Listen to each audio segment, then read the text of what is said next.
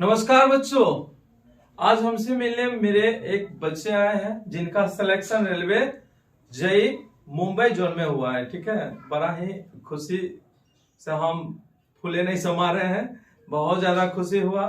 ठीक है, और ये उनका रिजल्ट है और बाकी इनके बारे में मेरे जो बच्चे हैं वो खुद बताएंगे।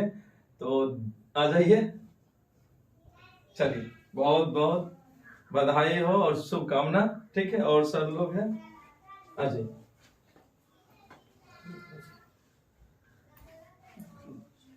चलिए, तो दीपक जी थोड़ा सा इनके बारे में, रिजल्ट के बारे में आप बताइए। ठीक है, उसके बाद हम दीपक जी का मुंह मीठा करेंगे और ये भी अपना बता देंगे किस तरह से कौन चीज की तैयारी किए, फिर जाके इनका रिजल्ट हुआ है।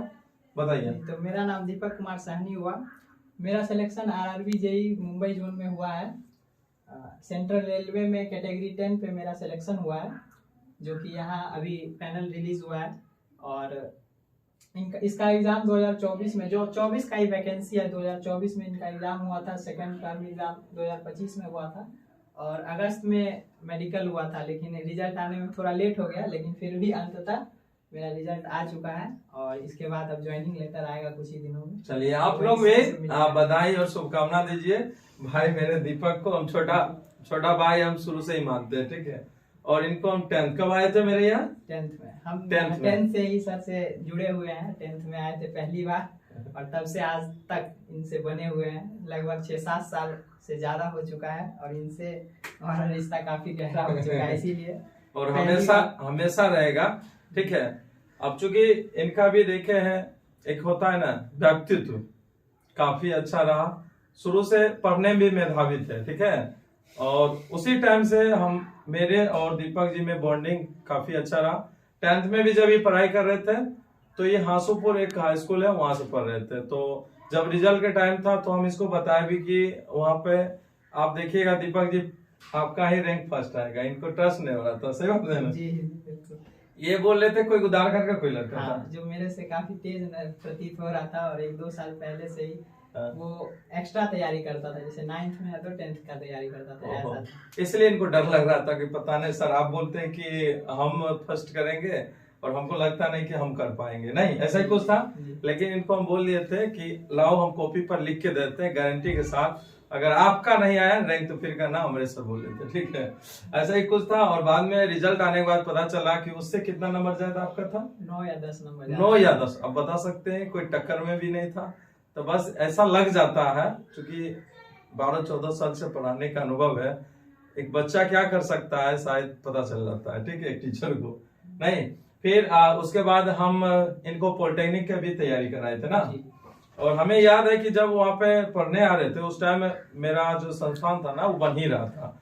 और क्या बोलते हैं, ढलाई होने के बाद जी बन ही रहा था, पूरी तरह से छत भी नहीं ढला हुआ था, खंबा लगा हुआ था और खंबा के बीच से हम लोग निकलते थे। वहां से वहां पे बैठ के इनको हम तैयारी करवाते थे आपका पॉलिटेक्निक का एंट्रेंस एग्जाम का। नहीं, उसमें भी रिजल्ट हुआ। बाद में बोले भाई लिखा लो। ठीक है, सिविल इंजीनियर मिला था। सिविल इंजीनियरिंग से, सिविल से अपना किए थे। और इनको उसी टाइम भी हम बता दिए थे कि देखिएगा जहां भी आपका कॉलेज मिलेगा वहां पर आपका, वहां भी आप टॉप 10 में आएंगे, ऐसा कुछ बोले थे, टॉप 10 में। लेकिन क्या हुआ, फर्स्ट सेमेस्टर था क्या?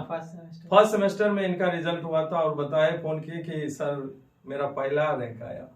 काफी खुश हुए और हम इनको 1000 रुपया भी भेजे थे, याद है? जी जी बिल्कुल 1000 भेज दिए थे कि जाओ दोस्तों में पार्टी कर।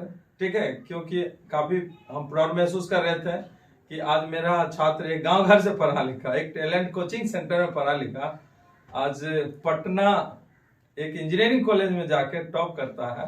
ये एक बहुत बड़ी बात है। नहीं, तो वो मेरे लिए एक प्राउड का पल था, इसलिए हम ऐसा कुछ मिठाई बांध रहे थे। और ऐसा ही रहा। अक्सर कॉलेज के बारे में थोड़ा बता दीजिए कि मान लीजिए फिर सेकेंड सेमेस्टर हुआ, फिर आपका कैसा रहा कॉलेज, थोड़ा सा।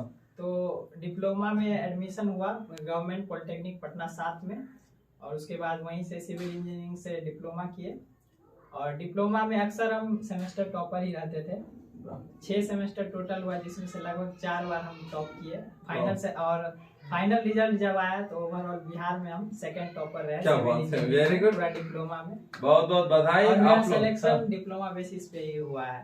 और डिप्लोमा के बाद हम बीटेक में तुरंत एडमिशन करवा लिए थे, तो बीटेक भी मेरा कंप्लीट हो गया रिजल्ट आते आते। बीटेक के लास्ट ईयर में ही हम ये एग्जाम क्वालिफाई किए थे। मेरा बीटेक 2025 में पास हुआ है। जिस टाइम डीबी मेरा था उससे कुछ दिन पहले ही हम बीटेक जस्ट पास हुए थे, यानी एग्जाम हम बीटेक लास्ट ईयर में ही दिए, बीटेक करते करते। क्या बात है, तो दोनों तरफ से ध्यान दिए हुए थे उस टाइम। अच्छा बताइए, लगभग आप कितना देर पढ़ाई कर रहे थे अभी? जी, कहा जाए तो पढ़ाई तो सब कोई अपने अपने एबिलिटी के हिसाब से करता है, कोई ज्यादा कोई कम। बात इफेक्टिवनेस का है। तो डेली अगर हम 2-3 घंटा भी देख लेते थे तो मेरे लिए इनफ रहता था। और उसी से अपना मतलब है कि कितना पढ़ना है, आज मुझे कहाँ तक कवर करना है, ये इस पे हम ज्यादा ध्यान देते थे। अगर हम एक हफ्ता में कुछ कवर कर लेते थे तो 2-3 दिन छुट्टी भी नहीं लेते थे खुद में ही। तो ये है कि सिलेबस कवर करना और उस पे डटे रहना, हर चीज को रिवीजन करना, यही एक मंत्र। बात आप समझ सकते हैं। तो किस तरह से इनका रणनीति रहा पढ़ने में, ठीक है। तो ऐसे आप लोग भी मेहनत कीजिए, निश्चित है कि जीवन में आपको भी सफलता मिलेगा। और जब ये ऑल ओवर पूरे बिहार में इनका दूसरा रैंक मिला था तो उस टाइम इनको सम्मानित भी किया गया था, नहीं? तो वहाँ साइंस एंड टेक्नोलॉजी के जो मिनिस्टर थे सुमित कुमार थे उस टाइम, तो उनके द्वारा मुझे प्रशस्ति पत्र और एक मेडल और एक चेक मिला था। कुछ अमाउंट था, अमाउंट याद नहीं है, लेकिन हाँ सेकंड रैंकर थे तो उस हिसाब से तीनों चीज मिला था। चलिए बहुत बहुत धन्यवाद, ठीक है। और ऐसा ही दीपक जी आप आते भी रहिएगा। जी बिल्कुल, ठीक है। आपसे तो बना हाँ, और इतना नहीं कि आप आगे बढ़ गए, आपके छोटे भाई बहन भी है, अगर सबको भी गाइड कर रहे हैं तो आपसे कम ही रहेंगे। आप टीचर में हमेशा स्टूडेंट से ऊपर ही रहते हैं। चलिए ठीक है, चलिए मुंह मीठा कर देते हैं, ठीक है।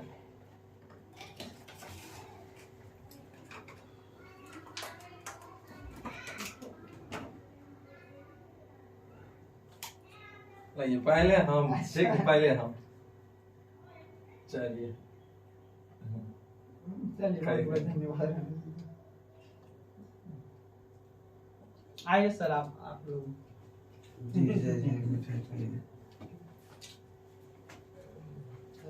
गुलाम दीपक के लिए जरूर।